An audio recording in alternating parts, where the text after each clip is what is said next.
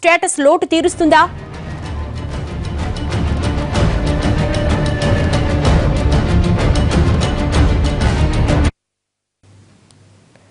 ఆంధ్రప్రదేశ్ రాష్ట్రమంతా ప్రత్యేక హోదా మీద చర్చ నడుస్తోంది. ప్రత్యేక హోదా ఇవ్వలేం, దానికి బదులు ప్రత్యేక ప్యాకేజ్ ఇస్తామని ప్రకటించింది కేంద్రం. ఇచ్చింది తీసుకుందాం, రావాల్సిన దాని కోసం పోరాడదామంటోంది అధికార పక్షం. ప్రతిపక్షాలు కాదు కూడదు అంటున్నాయి. ఈ సందర్భంలో ప్రత్యేక హోదా అంటే ఏంటి, ఎవరికిస్తారు, ప్రత్యేక హోదా ప్యాకేజ్ గా ఎలా మారింది?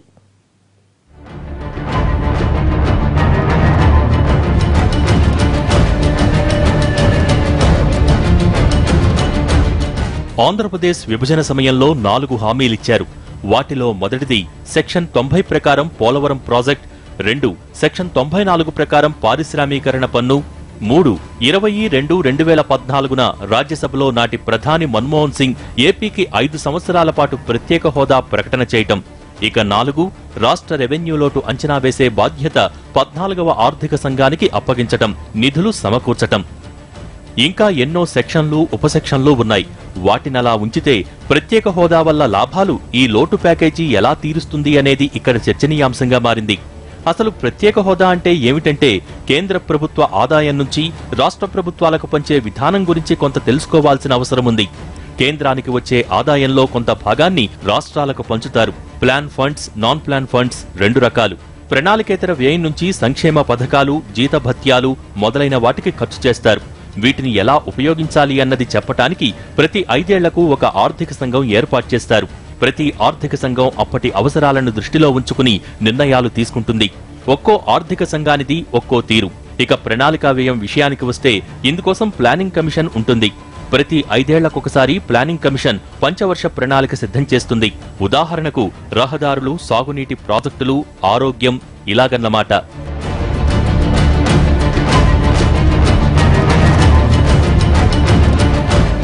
1968లో ప్లానింగ్ కమిషన్ మొదటిసారిగా ఈశాన్య రాష్ట్రాలైన నాగాలాండ్, అస్సాంలతో పాటు జమ్మూ కాశ్మీర్కు ప్లాన్ ఫండ్స్ లో భాగంగా కొంత ప్రత్యేక గ్రాంట్ ఏర్పాటు చేసేది. కొండ ప్రాంతాలు దేశ సరిహద్దుల్లో ఉండే రాష్ట్రాలు కావటం వల్ల ఇక్కడ పారిశ్రామికీకరణకు అవకాశాలు తక్కువ. ఇలా వీటి కోసం కొన్ని ప్రత్యేక ఏర్పాట్లు చేస్తుంటారు.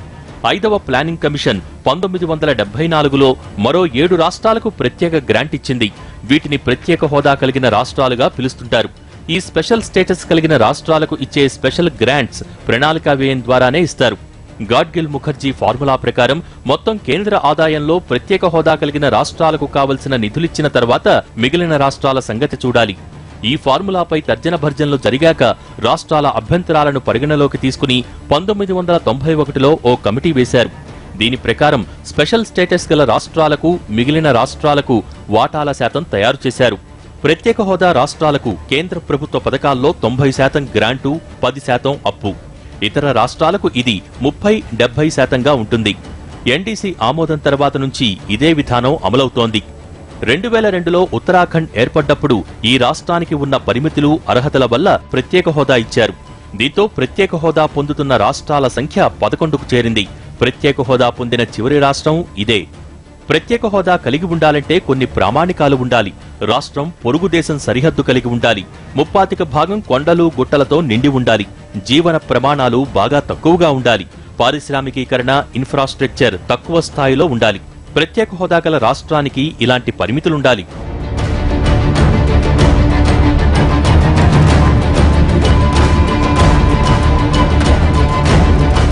ఎన్నో ప్రకటనలు చేశారు.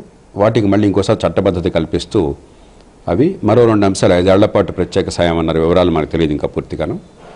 అట్లాగే రుణాల మంజూరు విషయంలో కొన్ని రుణాల భారాన్ని కేంద్ర ప్రభుత్వం తీసుకుంటే కొత్తగా రుణాలు సేకరించే అవకాశం రాష్ట్రానికి దక్కుతుంది. వీటికి ఏర్పాట్లు చేశామని చెప్పన్నారు. మంచిది. ఇక మనకి ప్రజలు కోరుకున్నది, బహుశా ప్రస్తుతం సాధ్యపడనిది ఏమిటి అంటే పరిశ్రమలకు పన్నుల రాయితీలు. కానీ ఇవాళ రాజకీయ వాతావరణంలో ఇతర రాష్ట్రాలను మనం ఏదో రకంగా ఒప్పించకుండా సాధ్యమేది లేదు. విభజన జరిగినప్పుడు ఇలాంటి కొలమానాలు లేకపోయినా కొన్ని ఉన్నాయన్న ఉద్దేశంతో మరికొన్ని రాజకీయ కారణాల వల్ల హోదా హామీ ఇచ్చారు. ప్రత్యేక హోదా కలిగి ఉండటం వల్ల మామూలుగా వచ్చే వాటా కంటే ఎక్కువ నిధులొస్తాయి. అది కూడా ప్రణాళికా వ్యయానికి మాత్రమే. ఇక పన్ను రాయితీలు, ఇవి ప్రత్యేక హోదాలో భాగమా అంటే కాదు. ప్రత్యేక హోదా వేరు, పన్ను రాయితీలు వేరు. ప్రత్యేక హోదా ఉండటం వల్ల ప్రణాళికా వ్యయం నుంచి ఎక్కువ నిధులొస్తాయి. కానీ పన్ను రాయితీలు కాదు. పన్ను రాయితీలు లేనిదే పరిశ్రమలు పెట్టడానికి వీలుండదు. పన్ను రాయితీ 2002 నుంచి మొదలైంది. ప్రత్యేక హోదా 1968 నుంచి ఉంది. పన్ను రాయితీలు మాత్రం 2002 నుంచే మొదలయ్యాయి. పన్ను రాయితీలు ఎందుకిచ్చారు అంటే ఈశాన్య రాష్ట్రాలు కొండలతో నిండి ఉండటం వల్ల పరిశ్రమలు లేకపోవటంతో పనులు లేక ప్రజలు తీవ్రవాదం వైపు ఆకర్షించబడేవాళ్లు. ఈ కారణాలను విశ్లేషించిన తర్వాత ఇక్కడి ప్రజల జీవన స్థితిగతులను పెంచటానికి, ఆయా ప్రాంతాల ప్రజలకు ఉపాధి కల్పించటానికి ఏం చేస్తే పరిశ్రమలు వస్తాయని ఆలోచించాక పన్ను రాయితీ ఇవ్వాలని నిర్ణయించారు. ఇలా వచ్చిందే పన్ను రాయితీ కాన్సెప్ట్. ఇలా ఈ పన్ను రాయితీ 5 సంవత్సరాలకు ఈశాన్య రాష్ట్రాలకు కల్పించారు. 2005లో ఉత్తరాఖండ్, హిమాచల్ ప్రదేశ్ కూడా పన్ను రాయితీ కల్పించారు. 2002లో మొదలైన ఈ పన్ను రాయితీ 2007లో ముగియాల్సి ఉంది. 5 ఏళ్ల తర్వాత మరో 2 ఏళ్లు పొడిగించారు. 2014లో 8 రాష్ట్రాలకు పన్ను రాయితీని తీసేశారు.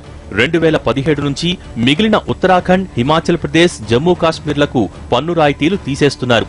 దీంతో దేశంలో ఏ రాష్ట్రంలో కూడా పన్ను రాయితీలు అనేవే ఉండవు. ఈ 11 ప్రత్యేక హోదా రాష్ట్రాలు కూడా ఇక నుంచి ప్రత్యేక రాష్ట్రాలుగానే పిలుస్తారు. వేటికి పన్ను రాయితీలు ఇక నుంచి ఉండవు. అసలు ప్రత్యేక హోదా అన్నది భౌగోళిక స్వరూప స్వభావాల నుంచి పుట్టుకొచ్చింది.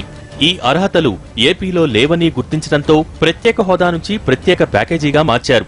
హోదా మీద పోరాటాలు చేసినా ప్రయోజనం కనిపించనిది ఇందుకే. ఎందుకంటే ఏపీ స్పెషల్ స్టేటస్ కేవలం రాజకీయ కారణాలు, ఇతర బుజ్జగింపుల్లో భాగంగా పుట్టుకొచ్చిందే కానీ అర్హతల రీత్యా కాదని దీన్ని బట్టే తెలుస్తూనే ఉంది. అందుకే ఏపీ గవర్నమెంట్ స్పెషల్ స్టేటస్ కన్నా స్పెషల్ ప్యాకేజీయే మంచిదని భావిస్తోంది. ఇదేం పట్టని ప్రతిపక్షాలు హోదాతో రాజకీయాలను చేస్తున్నాయని అంటున్నారు విమర్శకులు. స్పెషల్ స్టేటస్ కావాలంటే అందుకుండాల్సింది భౌగోళిక స్వరూపం. ఈ అర్హతలకు ఏపీకి సంబంధం లేదు. దీనిపై సామాన్య ప్రజానికానికి తగిన అవగాహన లేదు. దీంతో వస్తోంది అసలు సమస్య. స్పెషల్ స్టేటస్ అంటే డిఫాల్ట్ గా ఇక డెవలప్మెంట్ లేని రాష్ట్రమని అర్థం. ఒక రకంగా చెప్పాలంటే ఇదొక బ్యాడ్ ఇమేజ్. ఈ ఇమేజ్ తో ఇప్పటి వరకు ఉన్న రాష్ట్రాలు పెద్దగా సాధించిందేం లేదు. అందుకే ఈ హోదా నీడలోకి వెళ్లకూడదని నిర్ణయించింది ఏపీ సర్కార్. సగటు ప్రజలకు ఇంతటి సాంకేతిక పరిజ్ఞానం మీద పట్టుండదు. దీన్ని అడ్డు పెట్టుకుని రాజకీయం చేయాలని చూస్తున్నాయి ప్రతిపక్షాలు. ఇంతకీ కేంద్రం తీసుకుంటున్న కొత్త నిర్ణయాలతో స్టేటస్ ప్యాకేజ్ గా ఎలా మారిందో చూద్దాం.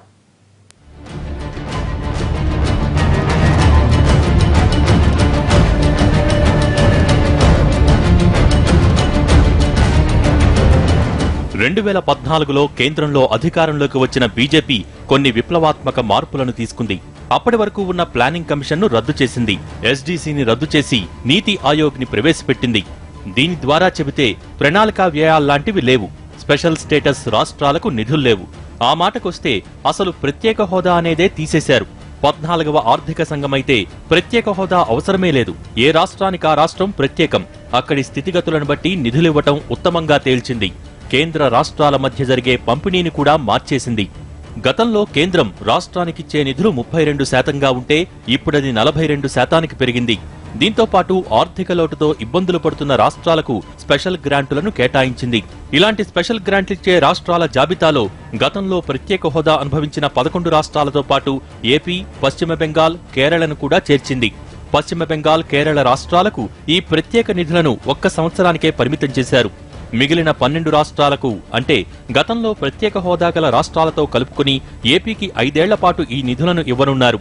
ఈ నిధుల వల్ల ఆంధ్రప్రదేశ్కి 5 ఏళ్లలో 22,500 కోట్ల రూపాయలందుతాయి. అందరిలాగానే రెవెన్యూ లోటు ఉండటం వల్ల మనకి నిధులందుతున్నాయి. చిత్తశుద్ధితో లోతుగా అర్థం చేసుకుని విద్యలో అయితే కొత్త ఖర్చు కూడా పెట్టక్కర్లా.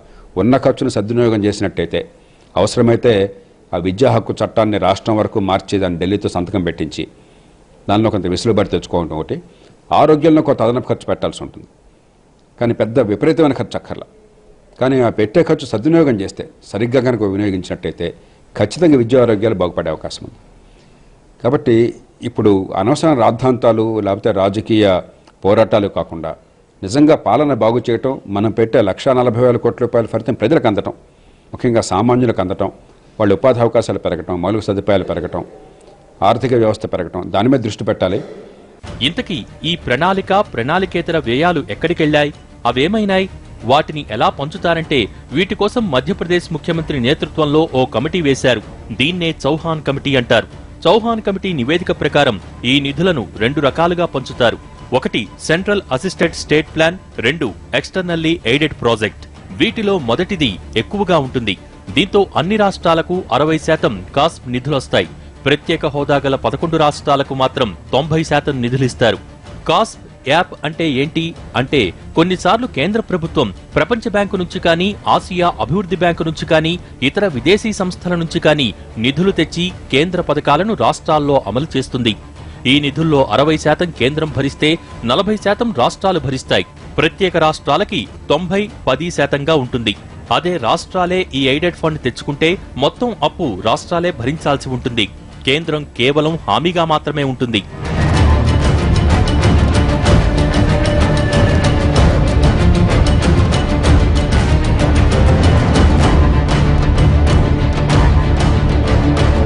ఇంతకీ ఈ రాష్ట్ర వాటాల నిధుల విషయంలో ఏపీ సంగతేంటి అంటే, నాటి ప్రధాని మన్మోహన్ సర్కార్ ప్రత్యేక హోదా ప్రకటించింది. ప్రస్తుత ప్రధాని మోడీ గవర్నమెంట్ ఈ హోదా కాన్సెప్టే తీసేసింది.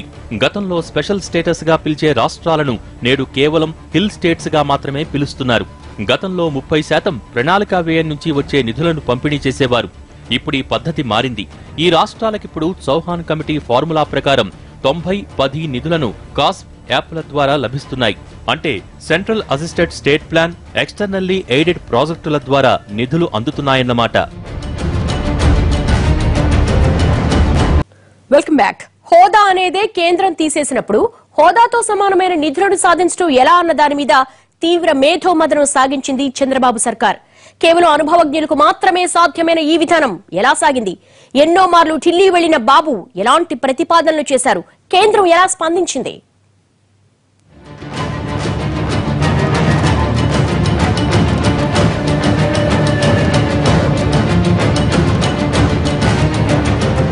మన రాష్ట్రం విషయమే తీసుకుంటే, మన్మోహన్ ఇచ్చిన హామీ ద్వారా మాట్లాడితే అసలు ప్రత్యేక హోదా అనేదే లేనప్పుడు అదెలా సాధ్యమంటోంది కేంద్రం.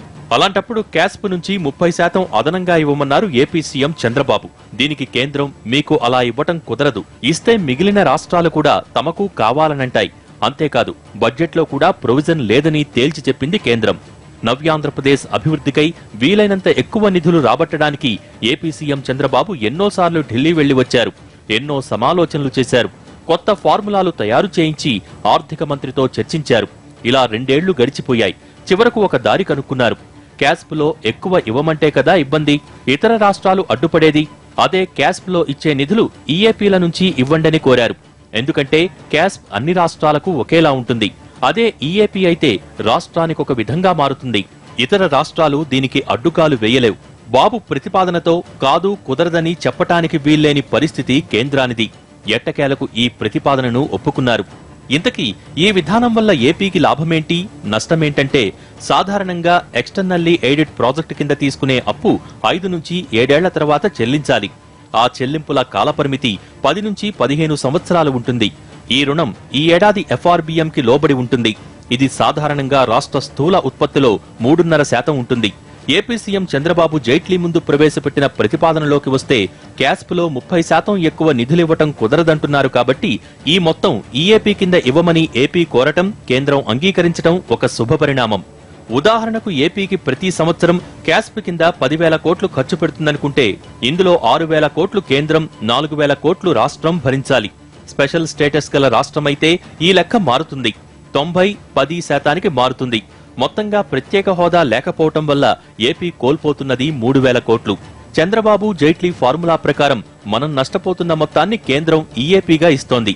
అంటే వీటి ద్వారా 3,000 కోట్లను తిరిగి పొందుతోంది ఏపీ. క్యాస్ప్ ద్వారా వచ్చే 4,000 కోట్ల భారం నుంచి 3,000 కోట్లు ఈఏపీ భర్తీ చేస్తుంది. కాబట్టి మనం కూడా స్పెషల్ స్టేటస్ పొందుతున్నట్టే. అంటే ఇది కూడా 90-10% కిందకు వచ్చేస్తుంది. ఏతావాతా చెబితే 10,000 కోట్లలో 4,000 కోట్ల ఏపీ భారం కాస్త 1,000 కోట్లకు పడిపోతుందన్నమాట. స్పెషల్ స్టేటస్ వల్ల వచ్చే బెనిఫిట్స్ ఇలా రూటు మార్చి ఏపీకి వచ్చేలా జైట్లీతో ఒప్పందం కుదుర్చుకున్నారు బాబు. దీన్ని బట్టి చెబితే హోదా లేకుండానే ఆంధ్రప్రదేశ్ హోదాను అనుభవిస్తున్నట్టు లెక్క. ఈ విధానం వల్ల ఏపీకి 22,500 కోట్ల నిధులు అందుబాటులోకొస్తాయి. మొత్తంగా 45,000 కోట్ల రూపాయల నిధులు ఏపీ ఖాతాలోకి వస్తాయి. ఇంత మొత్తం ప్రతి సంవత్సరం ఖర్చు చేయాలంటే ప్రతి ఏటా 3 నుంచి 5,000 కోట్లు ఈఏపీలు తెచ్చుకోవాలి. 2014లో ఈఏపీల ద్వారా 600 కోట్లు, 2015లో 900 కోట్లు ఖర్చు పెట్టారు. మరి అందుబాటులో ఉన్న నిధులను ఖర్చు చేయాలంటే ఎన్నేసి ప్రణాళికలు రచించాలి?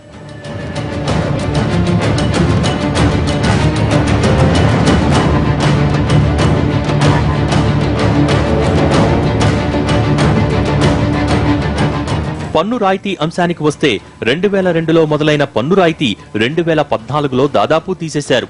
మిగిలిన 2 రాష్ట్రాలకు కూడా 2017 నుంచి తీసేస్తున్నారు.